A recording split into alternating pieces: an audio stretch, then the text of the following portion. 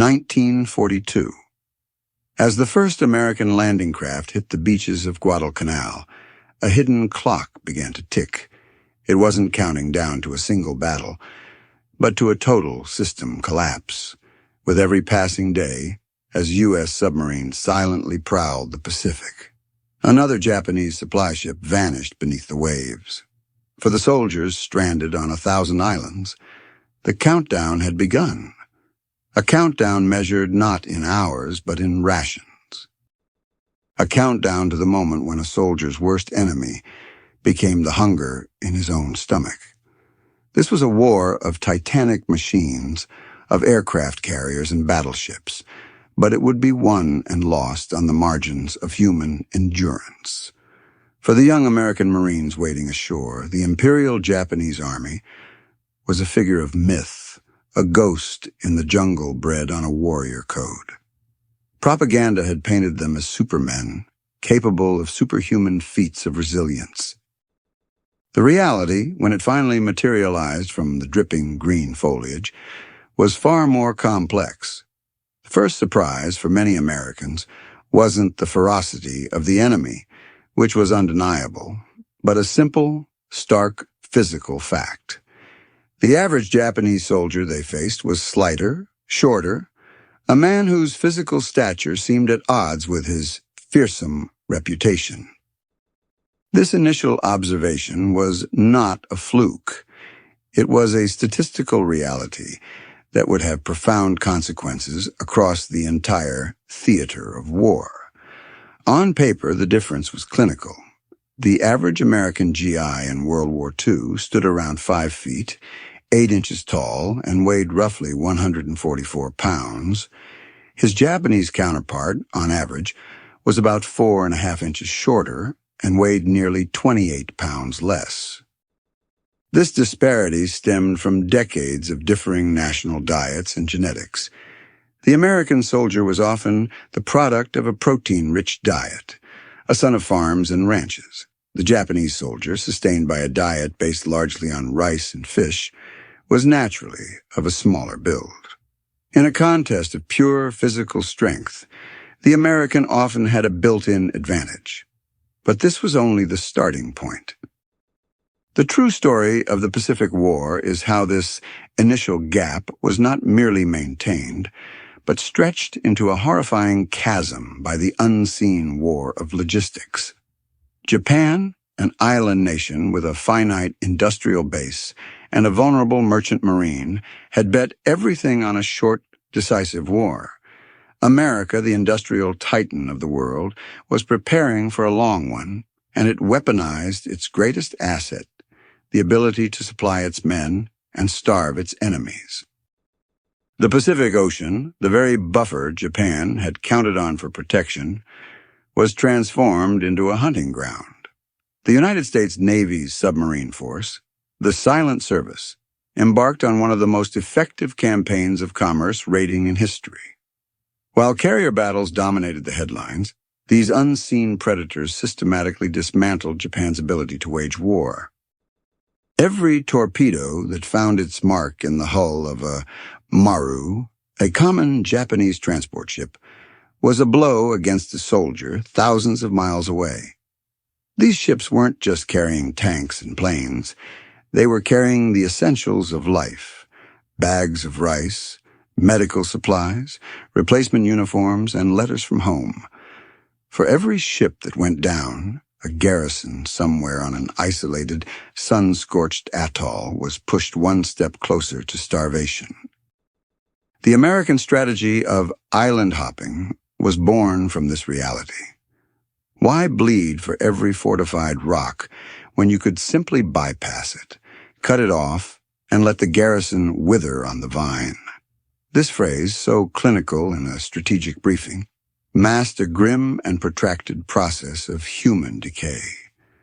This war on supply lines meant that the physical condition of the Japanese soldier, already starting from a deficit, entered a catastrophic decline. The initial 28-pound weight difference was just the beginning. As the war dragged on, it was not uncommon for American troops to encounter Japanese soldiers who were emaciated, their bodies ravaged by deficiency diseases like beriberi. This wasn't a failure of the Japanese fighting spirit, which remained ferocious to the end. It was a failure of the system, a logistical collapse on an epic scale. The Japanese High Command had created an empire that it simply could not feed. The individual soldier, loyal and disciplined, was left to pay the ultimate price for this strategic overreach. On islands like Guadalcanal, this reality began to dawn with brutal clarity. The countdown that began in August of 1942 was not just about which side had more bullets, but which side would still have the physical strength to fire them in the months and years of brutal combat that lay ahead. Guadalcanal was the crucible. For 6 brutal months from August of 1942, this fever-ridden island became the focus of the entire Pacific War. It was here that the abstract concept of logistical warfare slammed into the muddy, bloody reality of ground combat. When the 1st Marine Division landed, they seized a prize of immense strategic value, a nearly completed airfield the Japanese had been constructing, which the Americans would rename Henderson Field. For the Japanese, retaking it was an absolute imperative. For the Americans, holding it was non-negotiable. The battle for Guadalcanal would become a race, a desperate race to build up forces and, more importantly, to sustain them. The Japanese responded swiftly, dispatching the elite Ichiki Detachment, a force of around 900 men, veterans of the fighting in China. They landed east of the American perimeter, full of confidence and indoctrinated with the belief in their own spiritual and physical superiority. They were ordered to undertake a frontal assault on the American positions along the Ilu River, a battle that would forever be known as the Battle of the Tanaru River. On the night of August the 21st, under a dark moon, the attack began. The Ichiki Detachment charged headlong into the established Marine defenses. What followed was not a battle, but a slaughter. The Marines, dug in behind barbed wire and supported by 37mm anti-tank guns firing canister shot, met the waves of attackers with a hurricane of fire. The Japanese soldiers, armed with rifles, bayonets, and grenades, displayed almost unbelievable courage, but courage was not enough to defeat interlocking fields of machine gun fire. By dawn, the battle was over. The shocking discovery for the Marines as they surveyed the grim aftermath was the condition of their adversaries. These elite soldiers were traveling light, carrying minimal rations and expecting to live off captured American supplies. This was the first stark lesson of Guadalcanal. The Japanese doctrine of prioritizing fighting spirit over logistical substance was a fatal flaw. The Marines holding the line while facing their own supply shortages were part of a system that was learning and adapting. The Japanese were part of a system that was already beginning to break. The struggle for the island quickly devolved into a grim cycle. By night, the Japanese would run their destroyers down the Slot, the channel between the Solomon Islands, in a desperate attempt to land troops and supplies. This was the famous Tokyo Express, but it was a fundamentally flawed solution. Destroyers were warships, not cargo haulers. They could carry men, but not the heavy artillery, trucks, and most critically, the tons of food required to sustain a major campaign. Often, supplies were sealed in drums and simply kicked overboard near the shore, with the hope that they would wash up and be recovered. A significant portion never was. As a result, the Japanese force on Guadalcanal grew in number but starved in place. They were an army being slowly and systematically hollowed out from the inside. American Marine Robert Leckie, in his memoir Helmet for My Pillow, described the captured Japanese soldiers and the dead not with contempt, but with a kind of grim pity, noting their emaciated frames and the meager rations of rice and fish found in their pockets. On the other side of the perimeter, the situation was different. While life for the Marines was a harrowing ordeal of combat, shelling, and tropical disease, the American logistical machine, however strained, was functioning. The Seabees, the Navy's legendary construction battalions, worked relentlessly to improve Henderson Field, lengthening the runway with crushed coral so it could handle a steady stream of aircraft. Supply ships, though constantly under threat, brought in the beans, bullets, and bandages that kept the divisions fighting. This ability to project and sustain power was America's true secret weapon. For the Japanese soldiers hiding in the jungle, the constant roar of aircraft taking off from Henderson Field was the sound of their own doom. Each flight represented a reality they could not match, a system that could feed its machines and its men. The physical disparity observed at the start of the campaign was now being hideously amplified. Malnutrition led to rampant disease, and men weakened by hunger found themselves too feeble to carry their own heavy weapons through the unforgiving terrain. Guadalcanal proved that the Pacific War would be a contest of attrition, and attrition is a function of logistics. The clock that started ticking in August was running out for the Japanese garrison. The lessons learned in the mud of Guadalcanal echoed across the Pacific, shaping the brutal calculus of every subsequent island invasion. The slow-motion collapse of the Japanese soldiers' physical state was no longer a strategic abstraction. It became a tangible, tactical factor that dictated the very mechanics of combat. War is an enterprise of physical exertion. It is the act of carrying heavy things over difficult terrain, often while being shot at. An infantryman's effectiveness is tied directly to the load he can bear: his rifle, his ammunition, his water, his life. For the American Marine, this load was substantial. The M1 Garand rifle, a semi-automatic marvel that gave the Americans a significant firepower advantage, weighed nearly 10 pounds. Add to that a bandolier of ammunition, grenades, a K-bar knife, sea rations, and 2 canteens of water, and the total weight could easily exceed 60 pounds. It was a crushing burden, but one a well-nourished body could endure. For the Japanese soldier, the equation was starkly different. His primary weapon, the bolt-action Arisaka rifle, was lighter, but this was a small comfort when his body was already failing him. As starvation took hold, every piece of equipment became an impossible weight. The greatest impact was felt on the crew-served weapons that formed the backbone of defensive positions.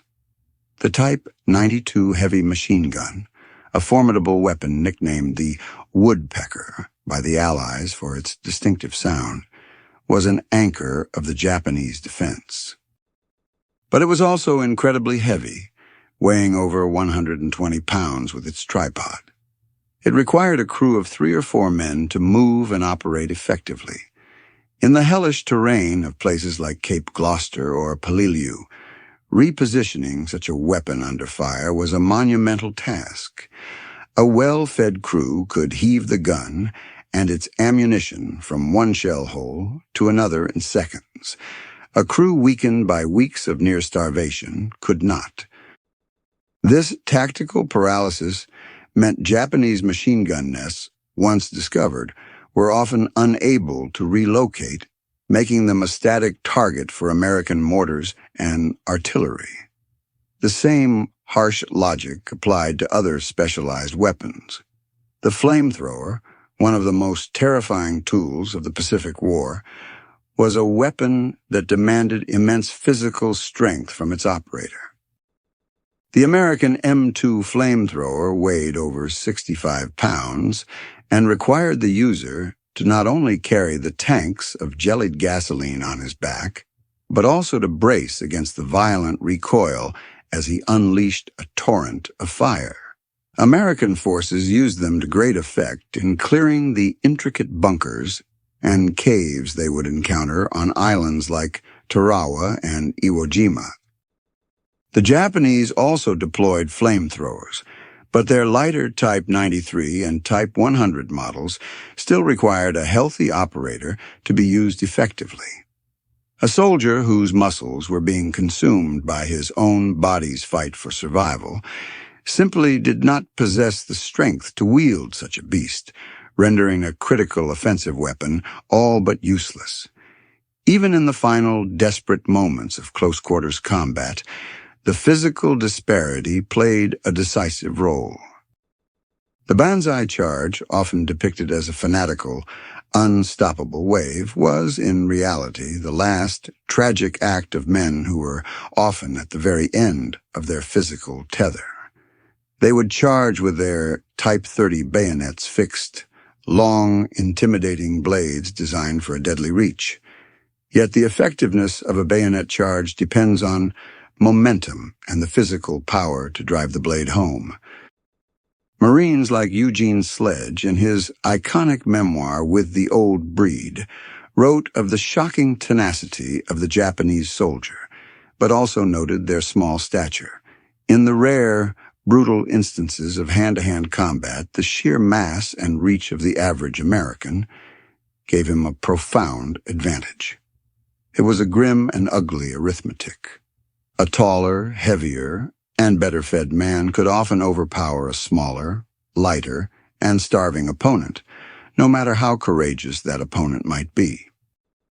The physical gulf between the two combatants had turned every firefight, every charge, and every defensive stand into a fundamentally unequal contest. As the American war machine ground its way across the Central Pacific, a new and terrifying form of warfare emerged. The fight was no longer for jungle trails or airfields on relatively flat islands, but for tiny, heavily fortified specks of coral and volcanic rock. Battles like Tarawa in November of 1943, and later Peleliu and Iwo Jima, were sieges in miniature. Here, the Japanese defenders, knowing they could not be resupplied or reinforced, turned their islands into fortresses of almost unimaginable complexity. They dug deep, creating a subterranean world of interconnected tunnels, bunkers, and pillboxes designed to withstand the full might of American naval and aerial bombardment.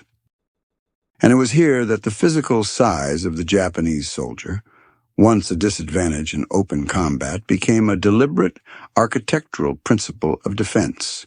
These fortifications were built by and for smaller men. The tunnels on Iwo Jima, masterminded by the brilliant Lieutenant General Tadamichi Kuribayashi, were a prime example. They were a marvel of military engineering, dug through soft volcanic rock, often reinforced with concrete, and designed to allow defenders to survive days of shelling and pop up in unexpected places to ambush the advancing Marines. But for an American attempting to enter this network, it was a claustrophobic nightmare.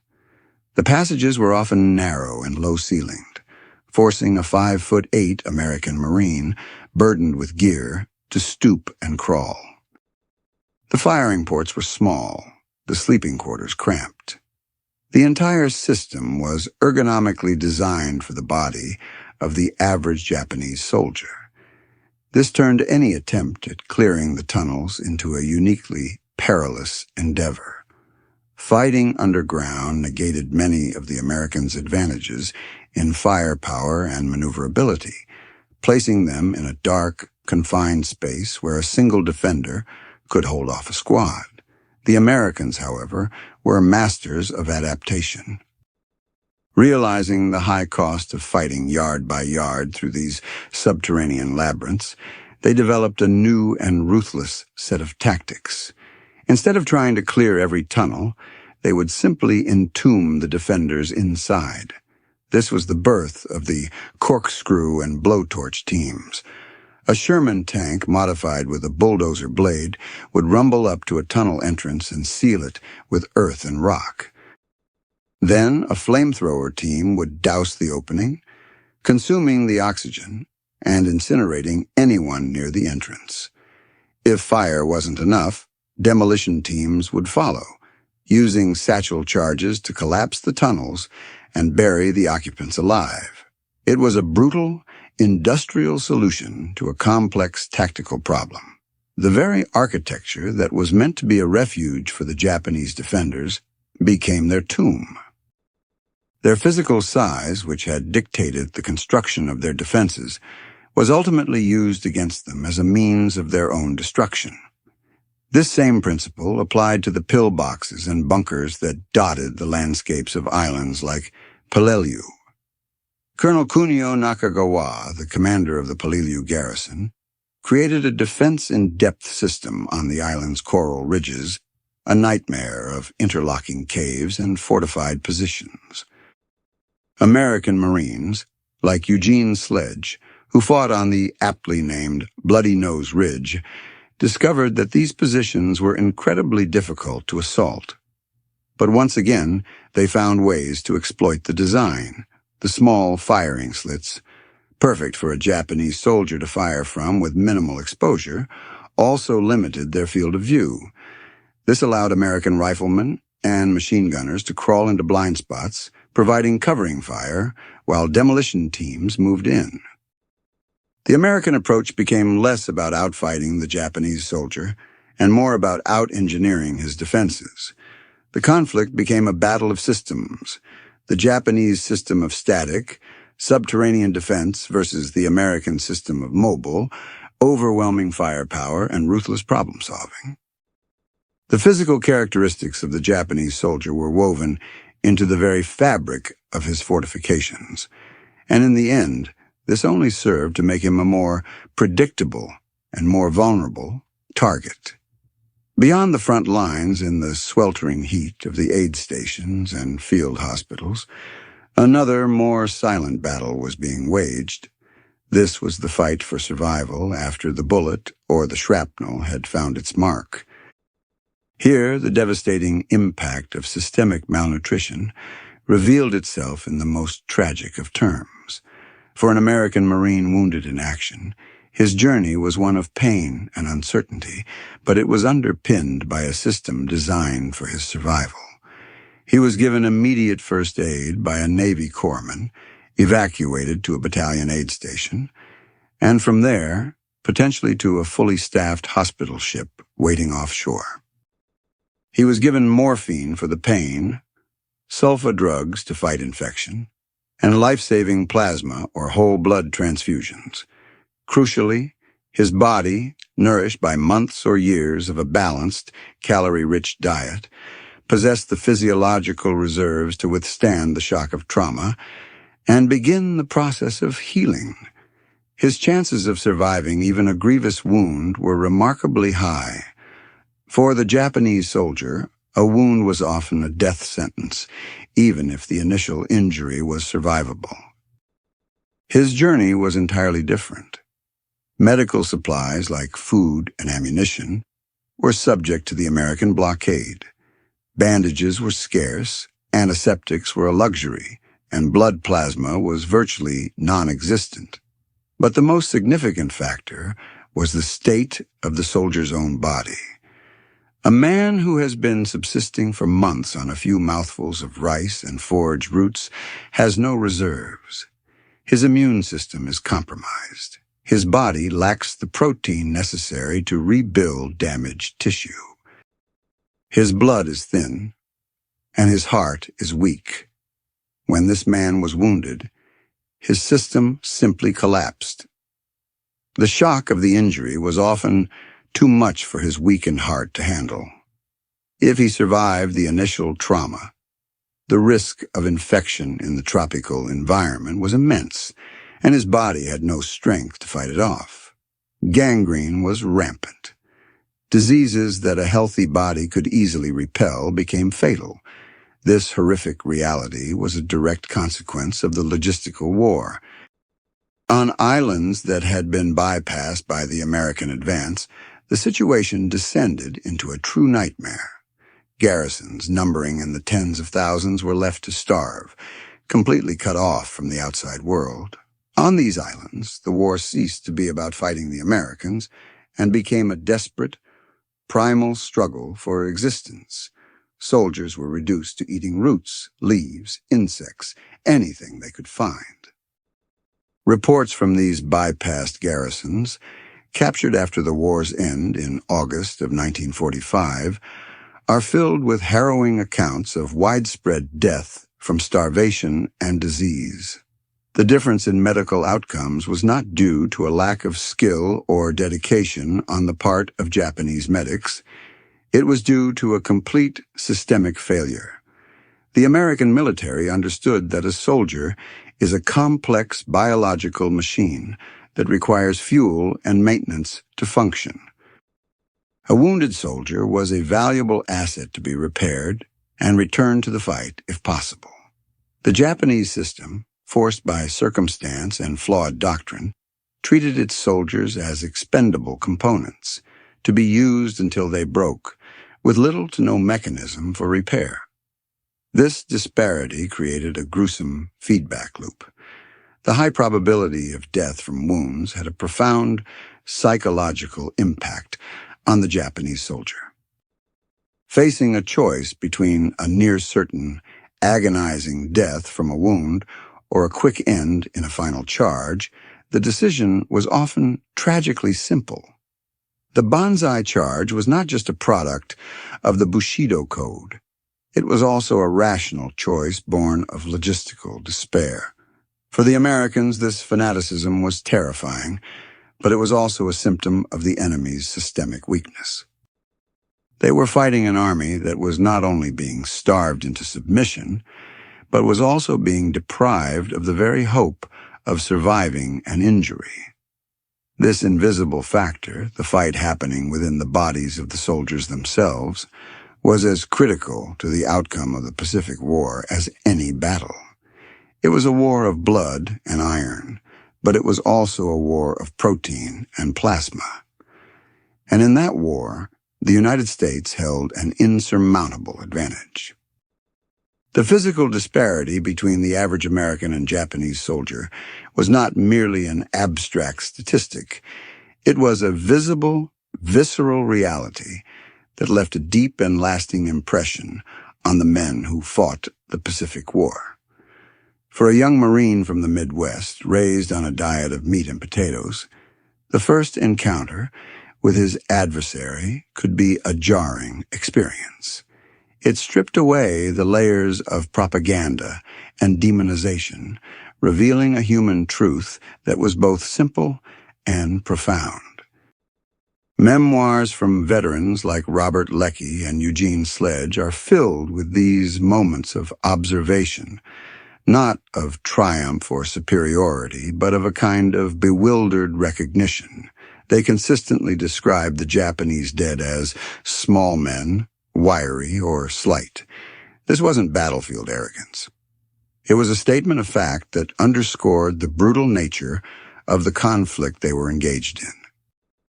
They were fighting men who were not only outgunned and outsupplied, but were physically wasting away before their eyes.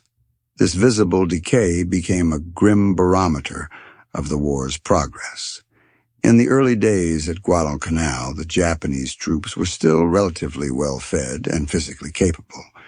By the time of the Okinawa campaign in the spring and summer of 1945, the situation had changed dramatically. The Japanese defenders on Okinawa were a mix of hardened army units and hastily conscripted local militia, but all were suffering from the cumulative effects of the blockade. The physical difference was now impossible to ignore. American soldiers noted how the enemy's uniforms hung loosely on their emaciated frames, how their faces were gaunt and their movements sometimes lacked the explosive energy seen earlier in the war. This was the physical manifestation of a dying empire. The individual Japanese soldier's body had become a microcosm of the nation's strategic predicament, cut off, starving, and consuming itself to survive. This physical reality also had a subtle but significant impact on American morale and tactics. While the Japanese soldier's fighting spirit was never underestimated, his tenacity and willingness to die for the emperor remained a terrifying constant to the very end.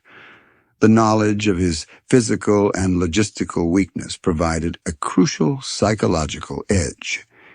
It reinforced the American soldier's belief in the overwhelming power of his own nation's industrial might. The sea rations in his pack, however monotonous, were a tangible link to a supply chain that stretched all the way back to the factories and farms of home. The fresh dungarees, the new boots, the endless supply of ammunition, all of it spoke of a system that could sustain its fighting men indefinitely. This created a sense of confidence, a belief that victory was not just possible, but inevitable. It was a war of attrition, and the Americans could see with their own eyes that they were winning it. Conversely, for the Japanese soldier, the physical superiority of the American forces was a constant, demoralizing presence. They nicknamed the Marines giant demons for a reason. The sight of these large, well-fed men, armed with powerful semi-automatic rifles and seemingly endless supplies, must have been a daunting spectacle. It represented a material wealth and power that Japan could not hope to match. This psychological dimension of the war is often overlooked. Every battle was not just a contest of tactics and firepower, but also a clash of two profoundly different physical realities. One side was sustained by the most powerful economy in the world, while the other was being systematically strangled. The physical condition of the soldiers on the front line was the ultimate proof of this strategic imbalance. The war in the Pacific was a story written on the bodies of its combatants, a story of how industrial capacity and logistical dominance could transform a battlefield into a tragically uneven contest of human endurance. The story of the Pacific War is often told as a saga of naval power, of carrier fleets dueling over vast expanses of ocean, and of amphibious landings on a scale never before witnessed. Yet, underpinning this grand narrative is the less glamorous, but arguably more decisive story of logistics. The physical deterioration of the Japanese soldier was not an isolated phenomenon. It was the end result, the most visible symptom, of a fundamental strategic miscalculation made by the leaders in Tokyo. Japan had entered the war with a superb navy and a battle-hardened army, but it lacked the one thing essential for a prolonged, multi-front conflict: a deep and resilient industrial base coupled with the logistical capacity to project and sustain power across an ocean. It was a nation that had built a world-class sword arm, but had neglected the body needed to wield it. America, in contrast, was the inverse. It entered the war unprepared in many ways, with a small peacetime army and navy.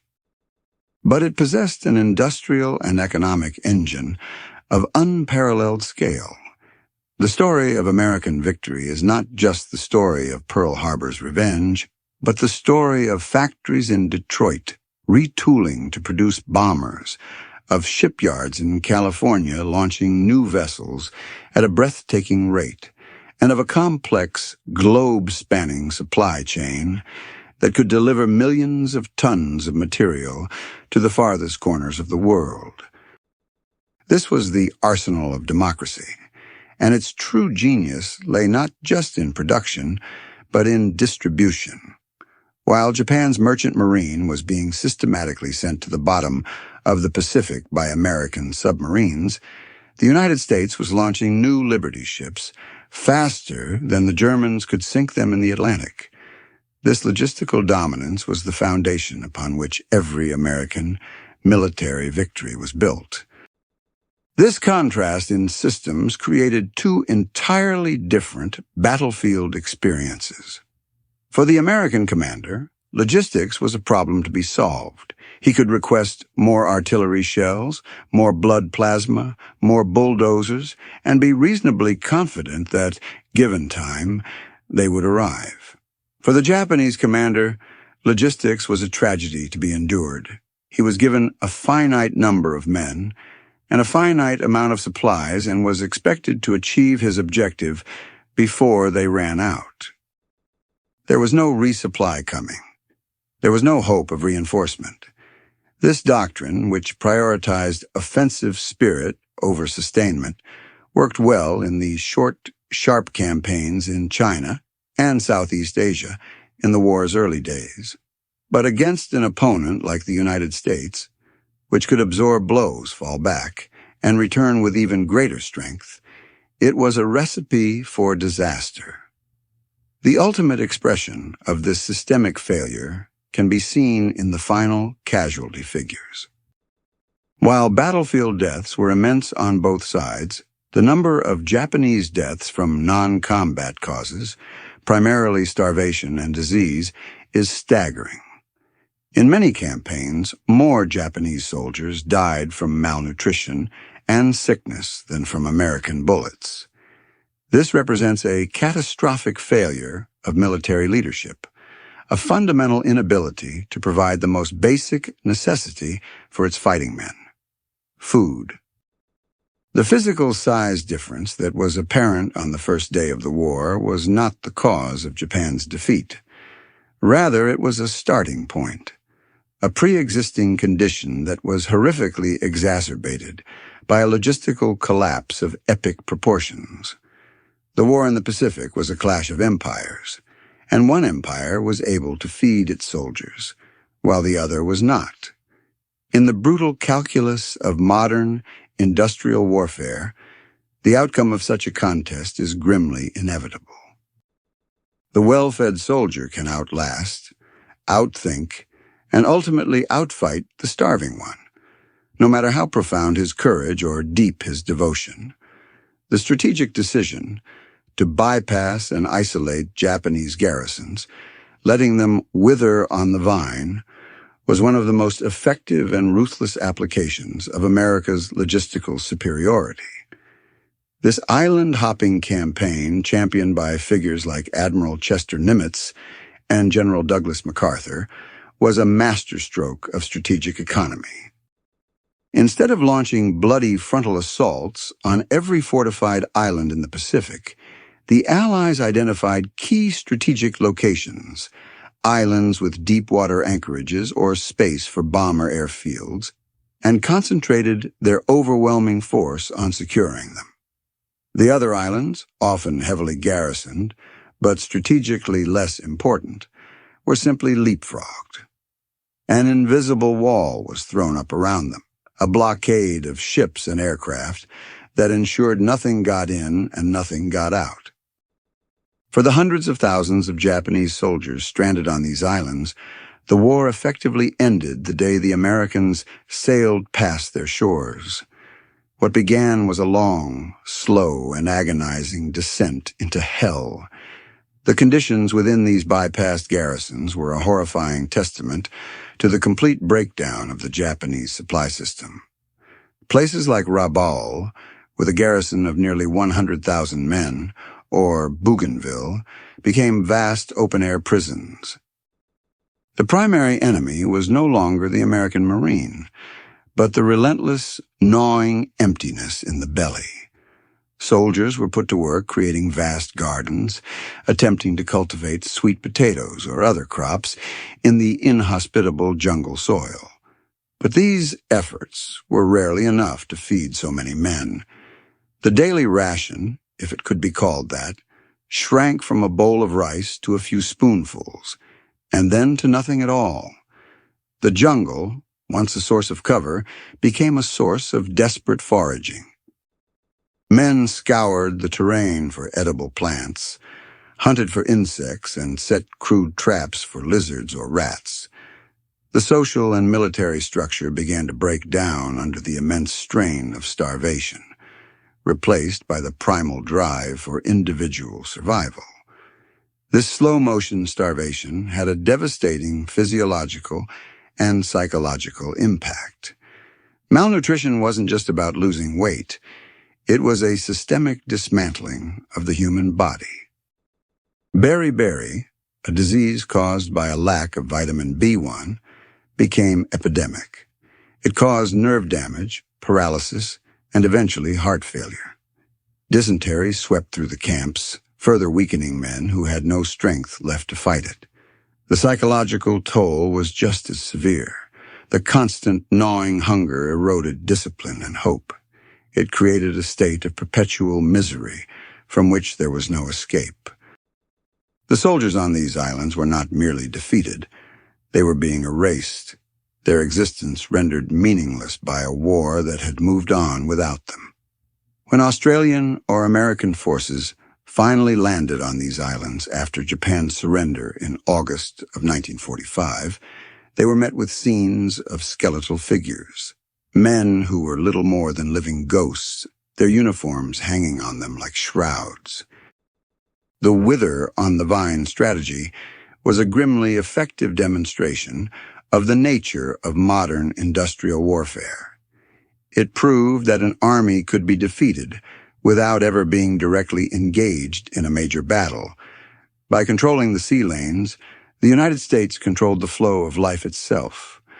The physical disparity between the soldiers, that initial 4.5-inch, 28-pound difference, was magnified 1,000-fold on these isolated islands. It was the ultimate expression of America's ability to project power and Japan's inability to sustain it. The fate of these garrisons stands as a stark reminder that battles are not just won by the courage of soldiers or the brilliance of generals on a given day. They are won by the nations that can build the ships, refine the fuel, grow the food, and deliver it all to the front lines, day after day, year after year.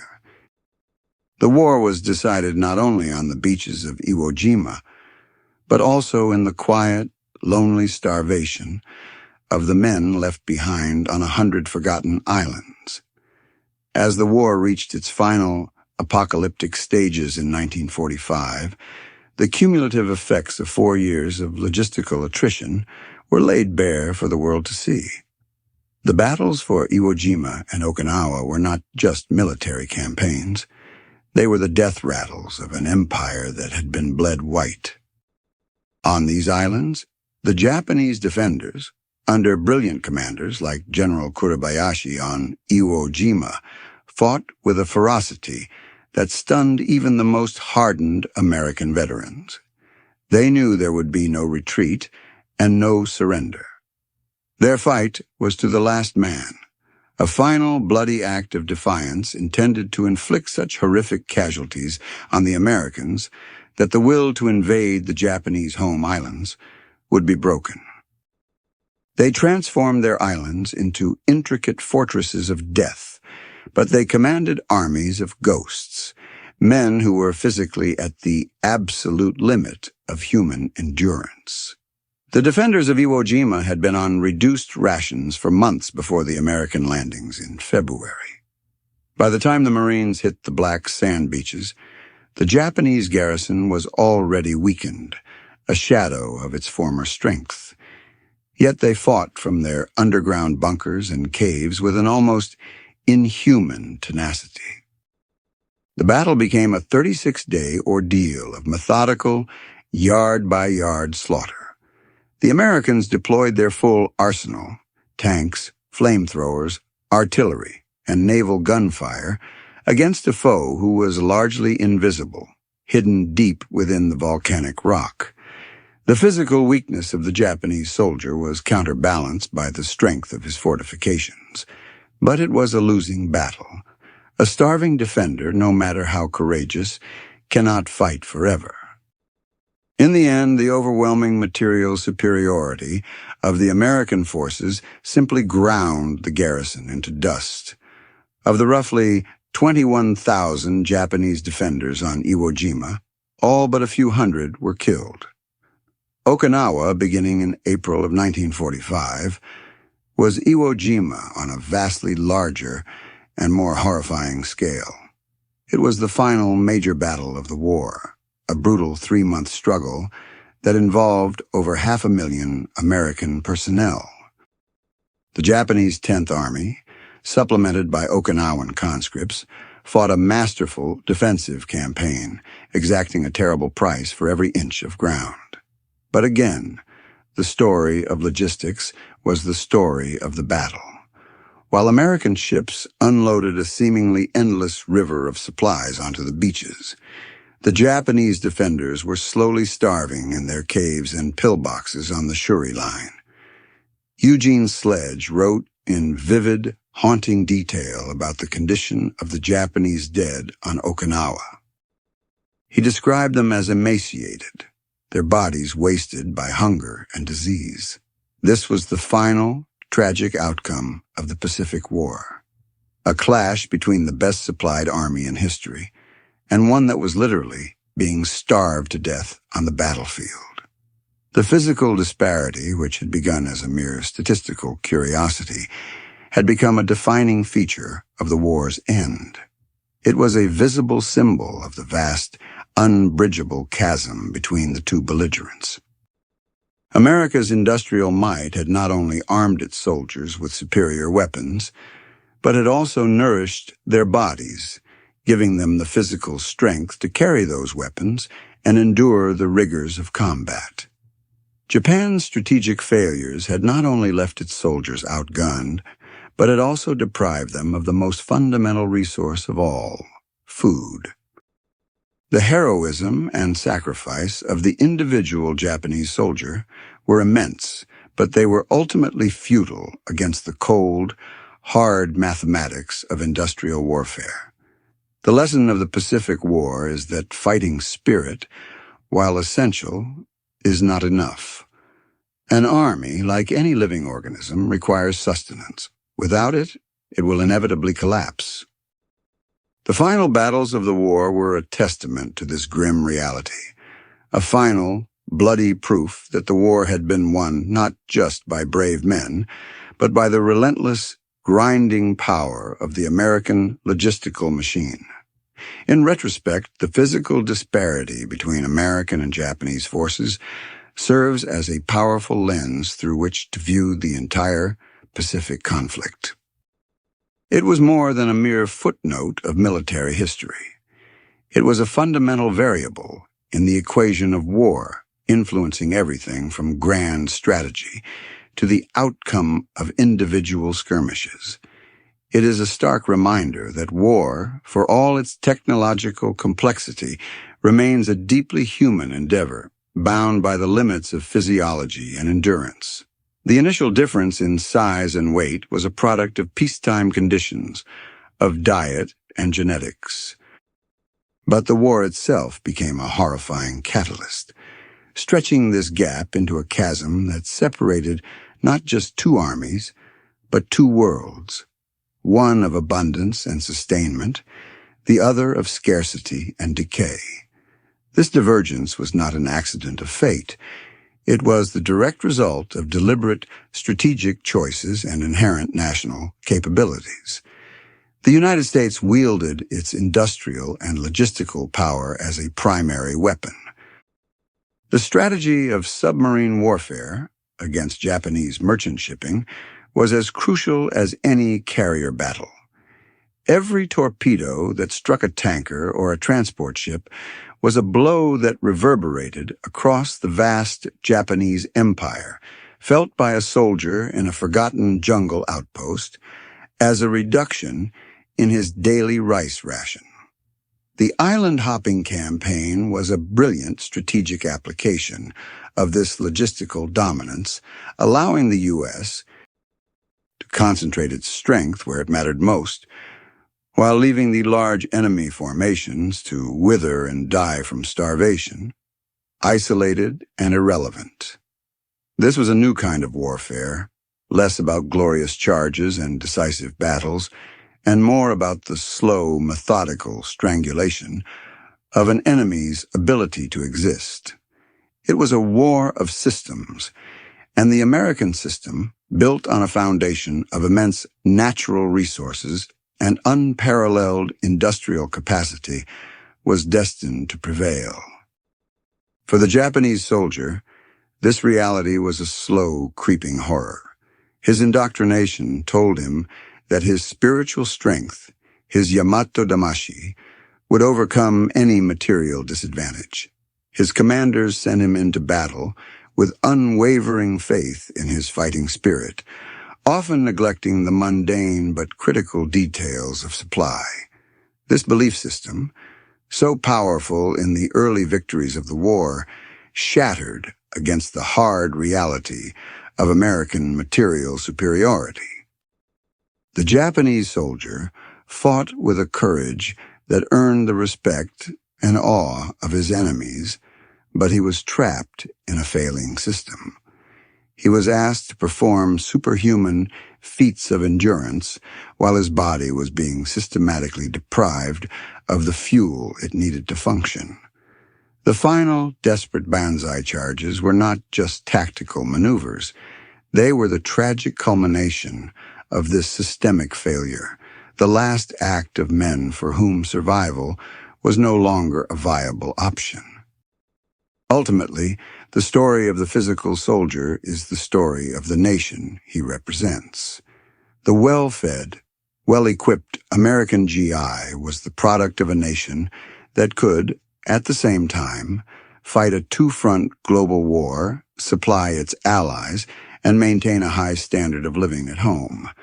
The starving Japanese soldier was the product of an island nation that had overreached, biting off an empire far larger than it could possibly sustain. The physical difference observed by Marines on the beaches of Guadalcanal in 1942 was a harbinger of the war's ultimate outcome. It was a visible, human manifestation of a strategic imbalance that would only grow over time. It teaches us a timeless lesson of warfare, that battles may be won by soldiers, but wars are won by logistics. The ability to sustain the fight is the ultimate measure of national power, and in the Pacific War, that measure was never in doubt.